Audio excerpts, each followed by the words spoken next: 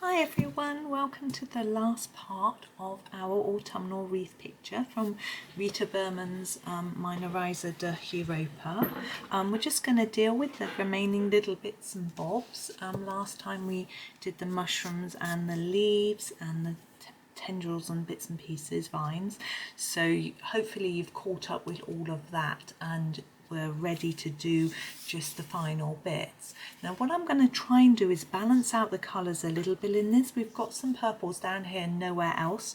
We're going to use some up here on these two flowers just to balance, and a little bit on the butterfly, and we've also got red here which we haven't used very much elsewhere. We'll use red and purple here and see how it goes really. So we shall start by just zooming us in to make a start. We'll zoom in on those little mushrooms, but we're actually moving away from those, but I just want to note the colour of those so that we can take that up here. So I'm going to do both of these bits with you just because there's so little. I want to actually finish it with you so we can see the final piece together. So as I say, I'm going to do red and purple. I'm going to grab the purple which has the camel on it, and I'm going to do this bit here, and I'm going to do it in quite a solid block. I want this bit to stand out because as I say, it's got to go with the purple of the berries below. And I'm also just going to do this one as well. Now you may not have done as much of this flowery bit as me because I didn't make it too obvious. So the curly vine is just in the plain dark green like all the others, and I did the leaves either side, and one of them has a stem. I think it's this one, yeah, and I just did that in the dark green as well. If you haven't done yours yet, just pause the video and quickly colour it in. In fact, that one doesn't look very solid. Oops, I'm just going to grab my dark green. It doesn't want to come out of my container though. Just add a bit more to that because I was obviously in a hurry. I didn't quite do it. Right, so we're going to do that background bit in the red. I was tempted just to do a very plain red, but I think that's going to be a bit too much. So I'm going to, here's the red with the rabbit on. I'm going to do the bottom bit in quite an intense red. So I'm pushing quite hard, lots of layers, and I'm going to fade it up, and we'll put a little bit of orange at the top just to sort of tone it in with all our other oranges really. And I'm going to do the same on this side. Sorry, we're going to be moving back and forth a little bit. Just because I want to do it all with you today. Get it finished, it'll be nice. Okay, and my next colour is the darkest orange. This is the one with the cat on it. Mine's a broken one. It's going to be okay. We'll just do this top bit. Orange and purple might not seem like obvious friends, but they do work together, I think. And this one. Now always remember, if you see me do something you think, ick, that's nasty, don't do it. Do it your way. Right, butterfly I'm going to do next because I'm going to decide on the colour of the berries once we've done the butterfly to try and get a nice balance. Now the butterfly's body is going to be in black and grey. Because we've got a little bit at the bottom on the mushroom, I want to add a bit more in, so that isn't the only sort of bit we've got. So I'm going just around the edge of the body in a layer of black. I thought I was pressing quite gently. It's quite a vibrant black though. And around the head like that. That's all the black though, and then grab the grey. The grey is got the elephant on. It's the only grey, so it's easy to find. And go quite a hard layer over the black, and then reduce towards the centre. I do want some grey over the whole of the body. You don't have to, you can leave a little white shine line. I didn't want to do that. Not massively shiny, but just reduce it a bit to give the impression of he's a bit more three-dimensional. He, she, not sure. Okay, so for the wings and things, I'm thinking I'm going to introduce all of the colours from the page really. So it's going to be quite a bright and colourful butterfly.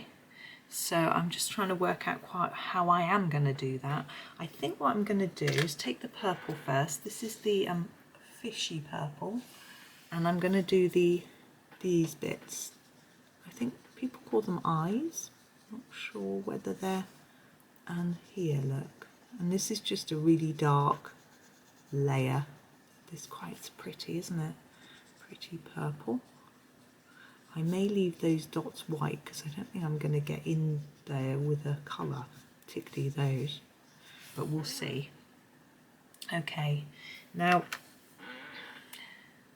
I want some orange and yellow as well, so I'm going to do that next. Again with the cat orange, I'm going to do all these little bits, but not the whole thing. I just need to sharpen this. I hope it can. This is my broken one. He gets a bit wibbly wobbly.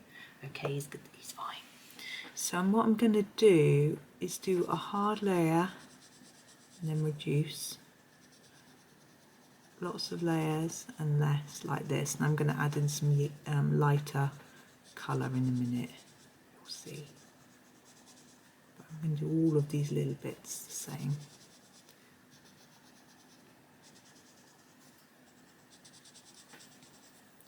Now often with butterflies I will do some black on the outside, so where we've got this line I will often do it black, but I'm not going to do that on this picture because we don't have lots of black. I've got a different idea. I'm not sure if it'll work. Black might look better. The good thing with black is that you can do it in pens. If you make a mistake, you can just go over in a black pen, it will cover everything. Right, this is the sort of browny grey with the wildcat on, I think it is. No, it's a monkey. It's just the same, you know, wildcat monkey. So I'm just going to blend that into here to give us a nice autumnal look to these little bits. Pretty patterns, and they look a bit three-dimensional. I don't know whether that might be a bit odd on a butterfly, but hey, it's an imaginary thing, so why not? So you can see how nicely these blend together. They're so good for that.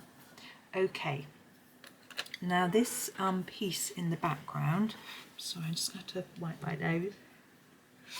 Oh, excuse me. Right, so the piece in the background, I think we will use a red and tie up together with all our reds. So this is, sorry, the one with the rabbit on.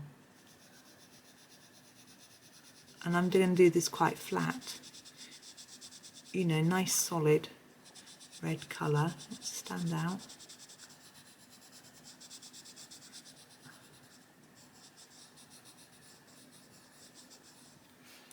Same, of course, on the other side. I always make my butterflies symmetrical. I have seen people not do that, and I admire their creativity and the fact that their brain allows them to do it. Mine doesn't, you know. I think that's really interesting. I don't know if, like me, you grew up... Oh, we've missed a bit there. We'll do that in a minute. So the dark orange here. I grew up doing painting at primary school, where you would paint half a page with half a butterfly and then squidge the pages together and smooth them, and you'd get a print on the other side. So we're going to use our gold. Remember, we used it for the mushroom. Going to use it for the outside of our butterfly.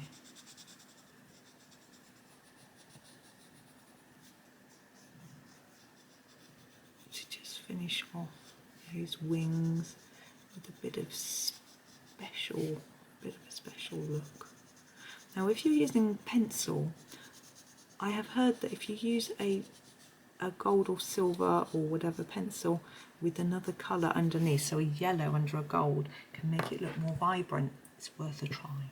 Okay, now we have berries. I'm just trying to find my remote control so I can zoom out. I was actually reaching for my computer mouse. That isn't going to help me. And we have these berries here, here, and here, and here and here to do.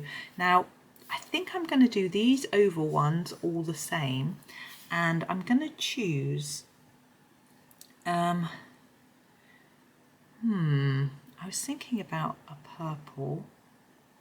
Yeah, I'm going to choose this dark purple, I think, the one with the fish. I'm going to do it zoomed out because there are so many, and I'm just going to block them in because they're small.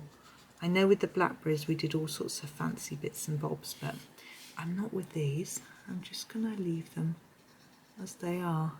Now what you can do if you want is put a little dot of white pen to show some shine, because we did that, we just left a gap with those to show the shine, but I'm just happy blocking these in this time. It's just how I'm feeling today. It's actually looking quite crowded now, this page, I think. I don't know, but I do like the general colour vibe. Now we have these to do. I don't want to do them in the same dark colour, just having a think, because I think I'm going to do them in a brown. Oops, put them back in completely the wrong place. I'm going to use this brown for them, because we haven't got anything that's just this colour apart from the acorns, but it's not, on the acorns we haven't pressed this hard. So this is quite a dark heavy layer of this, and we're just going to add a few touches to it in a minute.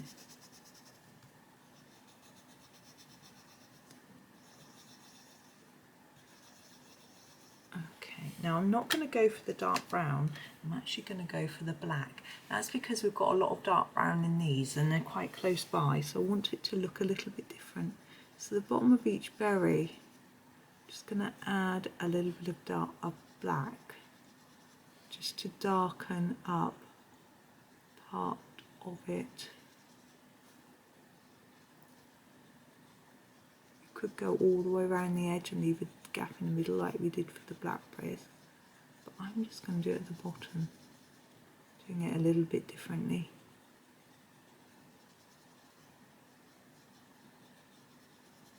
You can go back over it again with your brown if you want to, or use a darker brown to blend it in. I'm going to have a look and see what I think of it without doing that. I didn't really zoom in, so you can't really see. I did go out of my lines. I'm just going to use my eraser to get rid of that.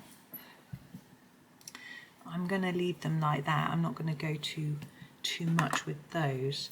So we're almost done. What we have got left is these little dots around the page, and I have already decided what to do with that, and I'm just checking to, yeah, I'm going to use the gold. So we have got dots here. Now again, you could use a gold pen for this and it will shine more, or gold paint, and if you wish you could add more gold, more dots. I had thought about doing that and getting out my Posca pens, paint pens, and doing some dots in different colours, you know, yellow and orange and green and purple and red to sort of match in. But I think it's quite a busy colour page. I don't think it needs a lot more going on, so I'm going to leave it with the black, because the black ones on the outside you could go over with colour, you see. I'm just checking, I have actually missed this little vine down here. You may not see it, it's quite thin and small. I'm just going to go over that in a little bit of green. And, oh, I've missed some dots in the middle, here and here. And I'm just observing to see where we're at.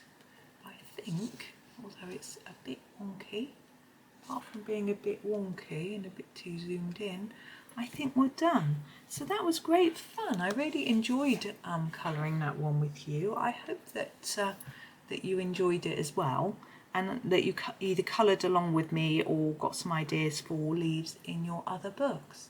So thank you very much for watching and sort of watching all through this series, and happy colouring.